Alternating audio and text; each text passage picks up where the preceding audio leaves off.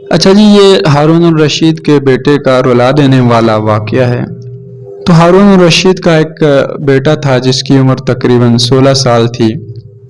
وہ بہت کثرت سے زاہدوں اور بزرگوں کی مجلس میں رہا کرتا تھا اور اکثر قبرستان چلا جاتا، وہاں جا کر کہتا کہ تم لوگ ہم سے پہلے دنیا میں تھے، دنیا کے مالک تھے، لیکن اس دنیا نے تمہیں نجات نہ دی حتیٰ کہ تم قبروں میں پہنچ گئے۔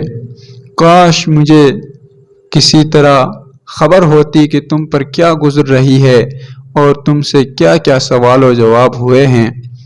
اور اکثر یہ شعر پڑھتا جس کا ترجمہ یہ ہے: مجھے جنازے ہر دن ڈراتے ہیں اور مرنے والوں پر رونے والیوں کی آوازیں مجھے غمگین رکھتی ہیں۔ ایک دن وہ اپنے باپ ہارون الرشید بادشاہ کی مجلس میں آیا۔ اس کے پاس وزراء اور امراء سب جمع تھے اور لڑکے کے بدن پر ایک کپڑا معمولی اور سر پر ایک لنگی بندھی ہوئی تھی۔ اراکین سلطنت آپس میں کہنے لگے کہ اس پاگل لڑکے کی حرکتوں نے امیر المومنین کو بھی دوسرے بادشاہوں کی نگاہ میں ذلیل کر دیا۔ اگر امیر المومنین اس کو تنبیہ کریں تو شاید یہ اپنی اس حالت سے باز آ جائے۔ امیر المومنین نے یہ بات سن کر ان سے کہا کہ بیٹا، تو نے مجھے لوگوں کی نگاہ میں بہت ذلیل کر رکھا ہے۔ اس نے یہ بات سن کر باپ کو تو کوئی جواب نہیں دیا، لیکن ایک پرندہ وہاں بیٹھا تھا۔ اس کو کہا کہ اس ذات کا واسطہ جس نے تجھے پیدا کیا، تو میرے ہاتھ پر آ کر بیٹھ جا۔ وہ پرندہ وہاں سے اڑ کر اس کے ہاتھ پر آ کر بیٹھ گیا۔ پھر کہا اب اپنی جگہ چلا جا۔ وہ ہاتھ پر سے اڑ کر اپنی جگہ چلا گیا۔ اس کے بعد اس نے عرض کیا کہ ابا جان، اصل میں آپ دنیا سے محبت کر رہے ہیں، اس نے مجھے رسوا کر رکھا ہے۔ اب میں یہ ارادہ کر رہا ہوں کہ آپ سے جدائی اختیار کر لوں۔ یہ کہہ کر وہاں سے چل دیا اور ایک قرآن شریف صرف اپنے ساتھ لیا۔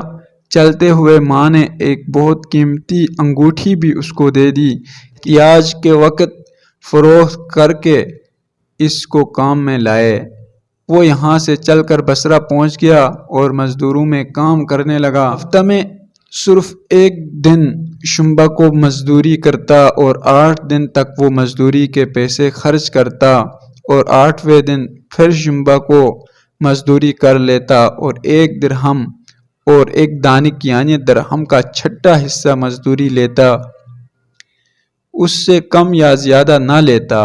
1 دانک روزانہ خرچ کرتا۔ ابو عامر بصری رحمۃ اللہ کہتے ہیں کہ میری ایک دیوار گر گئی تھی، اس کو بنوانے کے لیے میں کسی معمار کی تلاش میں نکلا۔ کسی نے بتایا ہوگا کہ یہ شخص بھی تعمیر کا کام کرتا ہے۔ میں نے دیکھا کہ نہایت خوبصورت لڑکا بیٹھا ہے، ایک زنبیل پاس رکھی ہے اور قرآن شریف دیکھ کر پڑھ رہا ہے۔ میں نے اس سے پوچھا کہ لڑکے مزدوری کرو گے؟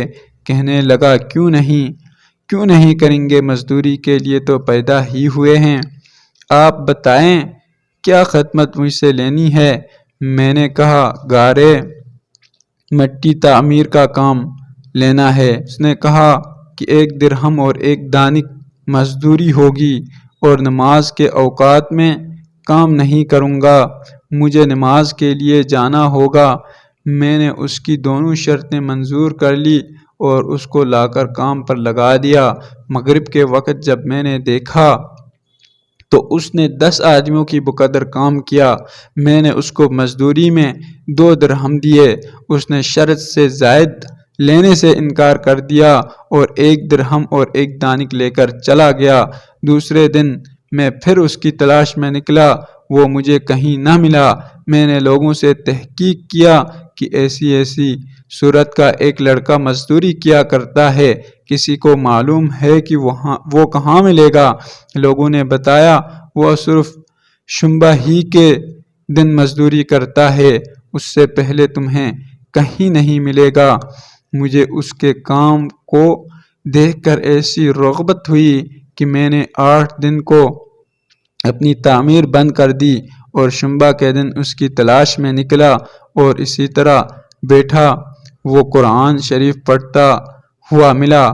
میں نے سلام کیا اور مزدوری کرنے کو پوچھا۔ اس نے وہی پہلی 2 شرطیں بیان کی۔ میں نے منظور کر لی۔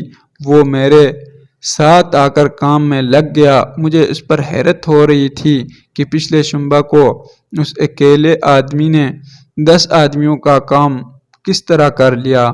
اس لیے اس مرتبہ میں نے اسی طرح چھپ کر کہ وہ مجھے نہ دیکھے اس کے کام کرنے کا طریق دیکھا تو یہ منظر دیکھا کہ وہ ہاتھ میں گارا لے کر دیوار پر ڈالتا ہے اور پتھر اپنے آپ ہی ایک دوسرے کے ساتھ جڑتے چلے جاتے ہیں۔ مجھے یقین ہو گیا کہ یہ کوئی اللہ کا ولی ہے اور اللہ کے ولی کے کاموں کی غیب سے مدد ہوتی ہے۔ جب شام ہوئی میں نے اس کو 3 درہم دینا چاہا۔ اس نے لینے سے انکار کر دیا کہ میں اتنے درہم کیا کروں گا اور 1 درہم اور 1 دانک لے کر چلا گیا۔ میں نے 1 ہفتہ پھر انتظار کیا اور تیسرے شنبہ کو پھر اس کی تلاش میں نکلا۔ مجھے وہ نہ ملا۔ لوگوں سے تحقیق کیا۔ ایک شخص نے بتایا کہ وہ 3 دن سے بیمار ہے، فلاں ویرانہ جنگل میں پڑا ہے۔ میں نے ایک شخص کو اجرت دے کر اس پر راضی کیا کہ وہ مجھے اس جنگل میں پہنچا دے۔ وہ مجھے ساتھ لے کر اس جنگل ویران میں پہنچا تو میں نے دیکھا وہ بے ہوش پڑا ہے، آدھی اینٹ کا ٹکڑا سر کے نیچے رکھا ہوا ہے۔ میں نے اس کو سلام کیا، اس نے جواب نہ دیا۔ میں نے دوسری مرتبہ سلام کیا تو اس نے آنکھ کھولی اور مجھے پہچان لیا۔ میں نے جلدی سے اس کا سر اینٹ پر سے اٹھا کر اپنی گود میں رکھ لیا۔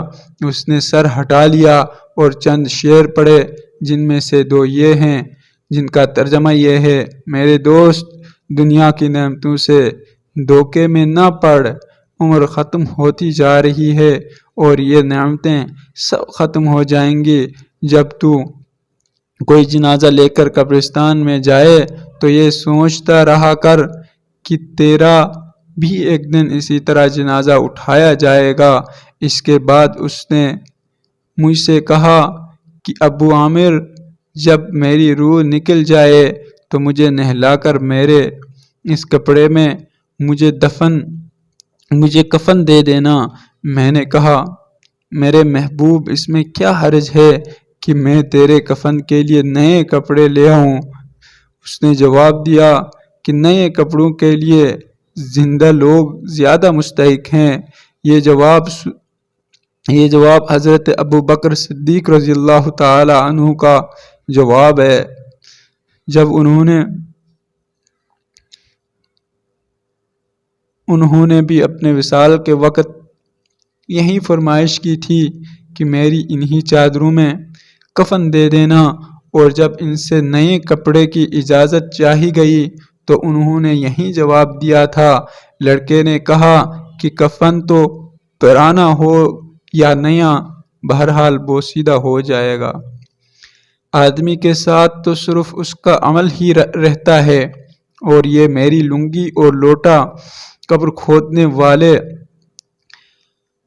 گورکن کو مزدوری میں دے دینا، اور یہ انگوٹھی اور قرآن شریف ہارون رشید تک پہنچا دینا، اور اس کا خیال رکھنا کہ خود انہی کے ہاتھ میں دینا، اور یہ کہہ کر دینا کہ ایک پردیسی لڑکے کی یہ میرے پاس امانت ہے، اور وہ آپ سے یہ کہہ گیا ہے کہ ایسا نہ ہو کہ اسی غفلت اور دھوکے کی حالت میں آپ کی موت آ جائے۔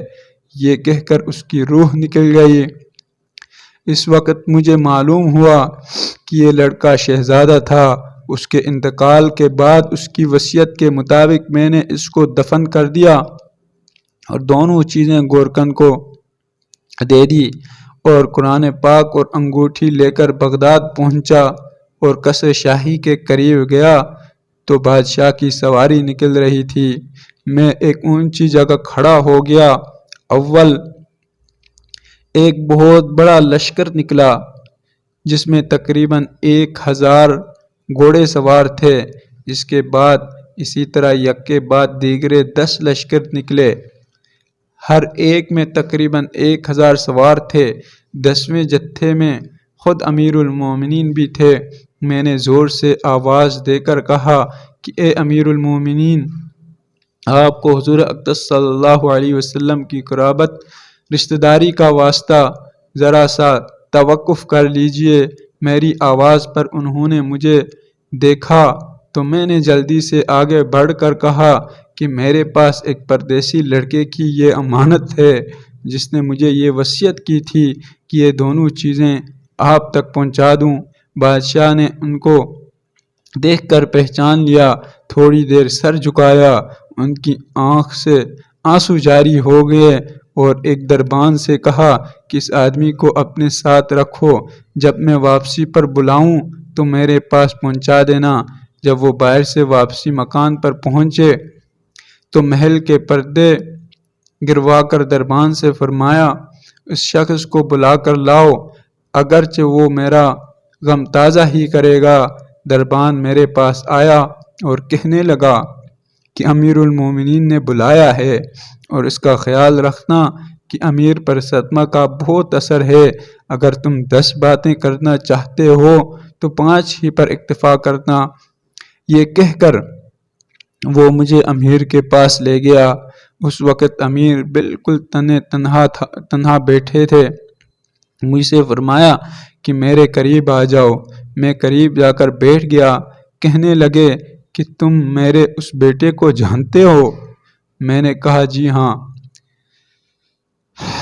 میں ان کو جانتا ہوں۔ کہنے لگے وہ کیا کام کرتا تھا؟ میں نے کہا کہ گارے مٹی کی مزدوری کرتے تھے۔ کہنے لگے تم بھی مزدوری پر کوئی کام تم نے بھی مزدوری پر اس سے کوئی کام کرایا ہے؟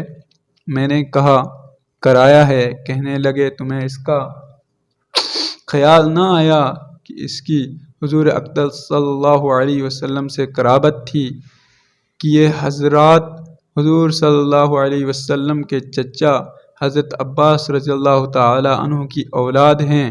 میں نے کہا امیر المومنین، پہلے اللہ جل شانہ سے معذرت چاہتا ہوں، اس کے بعد آپ سے عذر خواہ ہوں۔ مجھے اس وقت اس کا علم ہی نہ تھا۔ یہ کون ہیں؟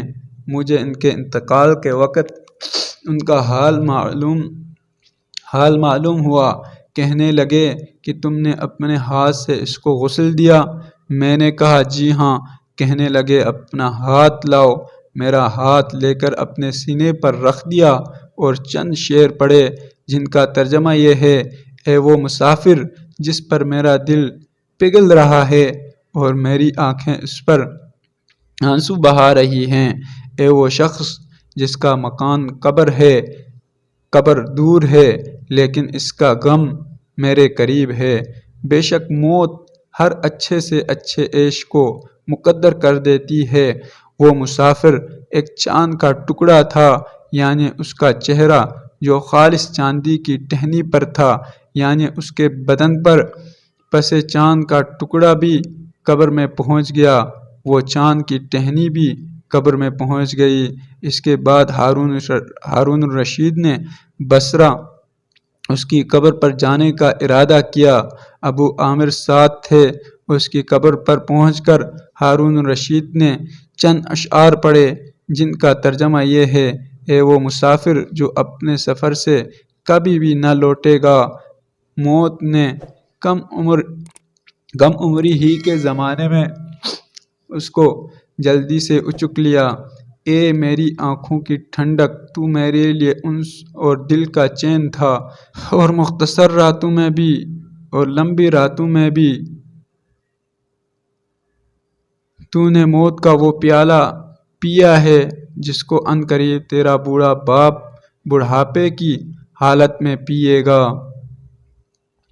بلکہ دنیا کا ہر آدمی اس کو پیے گا۔ وہ جنگل کا رہنے والا ہو یا شیر کا رہنے والا ہو، بس سب تعریفیں اسی وحدہ لا شریک لہ کے لیے ہیں جس کی لکھی ہوئی تقدیر کے یہ کرشمے ہیں۔ ابو عامر کہتے ہیں کہ اس کے بعد جو رات آئی تو جب میں اپنے وظائف پورے کر کے لیٹا ہی تھا کہ میں نے خواب میں ایک نور کا قبہ دیکھا جس کے اوپر ابر کی طرح نور ہی نور پھیل رہا ہے۔ اس نور کے ابر میں سے اس لڑکے نے مجھے آواز دے کر کہا، ابو عمار، تمہیں حق تعالی شانہ جزائے خیر عطا فرمائے، تم نے میری تجہیز و تکفین کی اور میری وصیت پوری کی۔ میں نے اس سے پوچھا کہ میرے پیارے تیرا کیا حال گزرا؟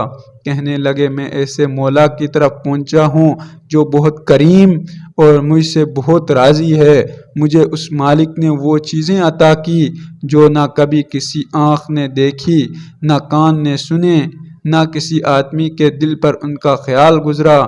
یہ حدیث پاک کا مضمون ہے۔ حضور اقدس صلی اللہ علیہ وسلم ارشاد فرماتے ہیں کہ اللہ جل جلالہ کا پاک ارشاد ہے کہ میں نے اپنے نیک بندوں کے لیے ایسی چیزیں تیار کر رکھی ہیں جو نہ کسی آنکھ نے دیکھی، نہ کان نے سنے، نہ کسی کے دل پر ان کا خیال گزرا۔ وآخر دعوانا ان الحمد للہ رب العالمین۔